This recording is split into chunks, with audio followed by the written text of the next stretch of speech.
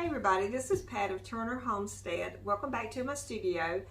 This is vlog number 4 on getting my studio up and running for candle making. Trying to find the perfect candle. But anyway, so I was going to review, I'm just going to do a couple of test candles today. And I was going to review a couple of products that I got. But I'm not really sure that anybody wants to hear my review. Number 1, this is Wick Center LS, but it's Wicked, and I think it's called Design House, H-A-U-S. I'm not really sure how they're all connected there, but what they do is they make these wooden wick setters, and these are the holders up at the top for, let's say, I ordered my Libby jars here from Candle Science. I also got some jelly jars from Candle Science. So I ordered these specifically for the Libby jars. And when I put it in there, it really doesn't settle right down to the bottom. There's like an angle, and I really can't get it straight. So I don't really know how effective that would be, but it is supposed to be for these jars. I mean, there's always operator error, and I can definitely mess up sometime. So I really didn't get much help with that. So I got my husband here just to see if I was crazy. And he resorted to my little printout here, and he's, drew the circle to fit that, and he was able to wick this one, and I think that one looks pretty good. So if this don't work, then it's not my fault for not getting the wick in the center like yesterday, because he did that, and it does look pretty perfect. Okay, so this is just one tool that I was trying. So this is something else that I got, and I ordered this from Candle Science, and it is a multi-easy wick setter. Well, I probably did make mistakes ordering this, because I don't think it really said for the Libby jar. I couldn't find it a little bit ago. But my husband kind of put some duct tape on it and made it where it actually sits in there better. It was just too big for it before, wobbled too much. So he's got this pretty darn good now, I think. He was able to get this wick in there. So I'm pretty happy with that. I think I can work with that now. Now, it will not fit my jelly jars, but these don't do half bad with that. Plus, the jelly jar seems to have a little place where you can actually put it right there in the center. So I'm not really concerned about them yet. But again, that was a process. And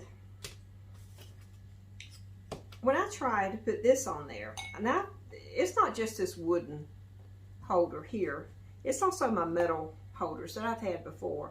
And I tried to push that wick in there.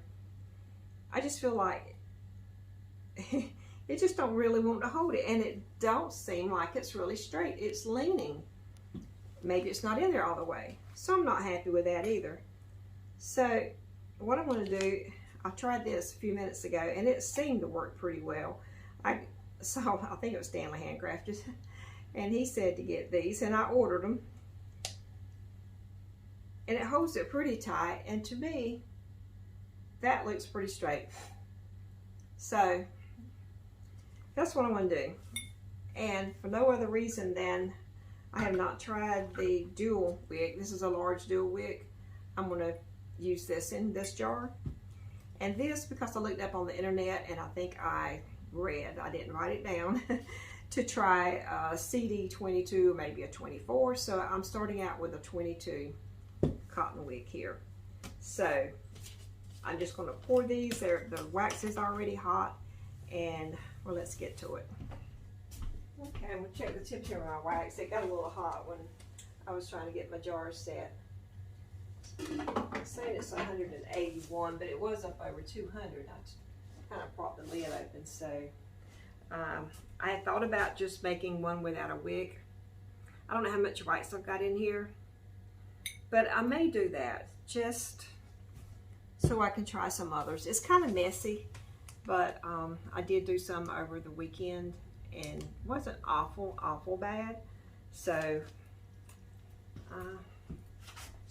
the worst I can do is always get the wax back out and reheat it.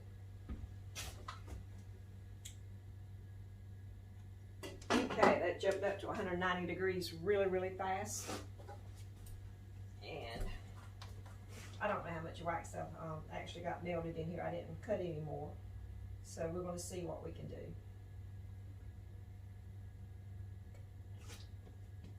So I need at least a pound of wax, and I may not get the third one done today.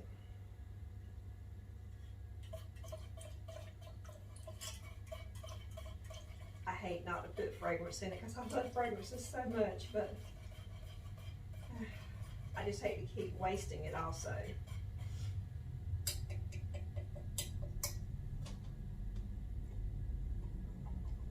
Okay. That is exactly a pound. Say it's 182 degrees. So I'm gonna let it cool down, but it won't take long because it's not really that warm in here. So I think when it gets down to 175, I'll go ahead and pour it. 178, so it's coming down pretty good. Yep. So I got my fingers crossed on this. Don't know. I don't know where I'll try, what I'll try next if these do not work. Well, I know the cotton wicks, there's still a lot of other choices I can make, and it's just kind of guessing. But one thing about it, once I do it and make notes of it, I will know. I won't have to take anybody's word for it.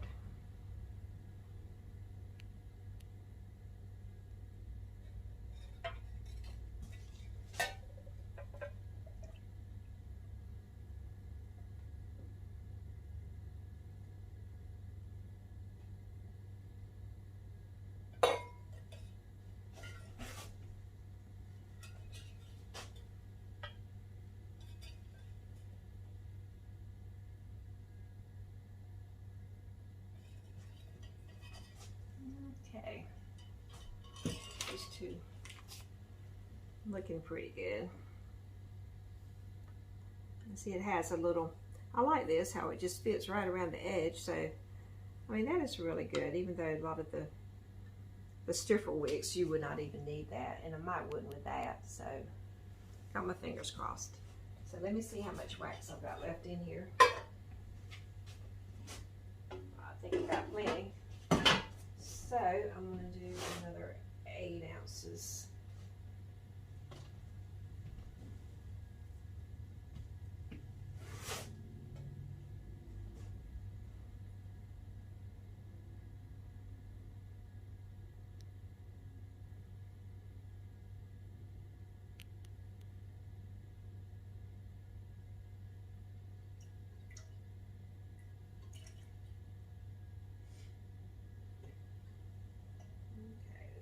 Tad over 8 ounces.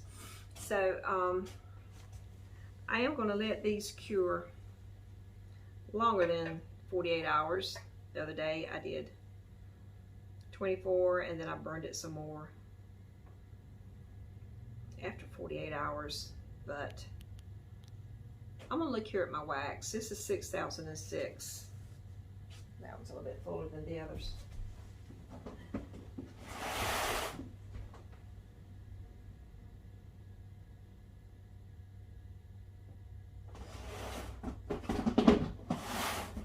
Just reading what it says on my wax, because each 10-pound slab tells how to use it, whatever. And it says to let them cure for 5 days. So this is Monday, January 17th. So I'm going to try to be patient and not do anything until Friday, at least Friday or Saturday. So that would be 5 days. And then I'll start testing them. Hopefully, I have ordered some coconut wax for my candle melts. It may be in the next day or so. And then I'm going to start working with that. So in the meantime, these can sit right here and cure. So thanks for watching, and I'll see you the next time. Have a great day.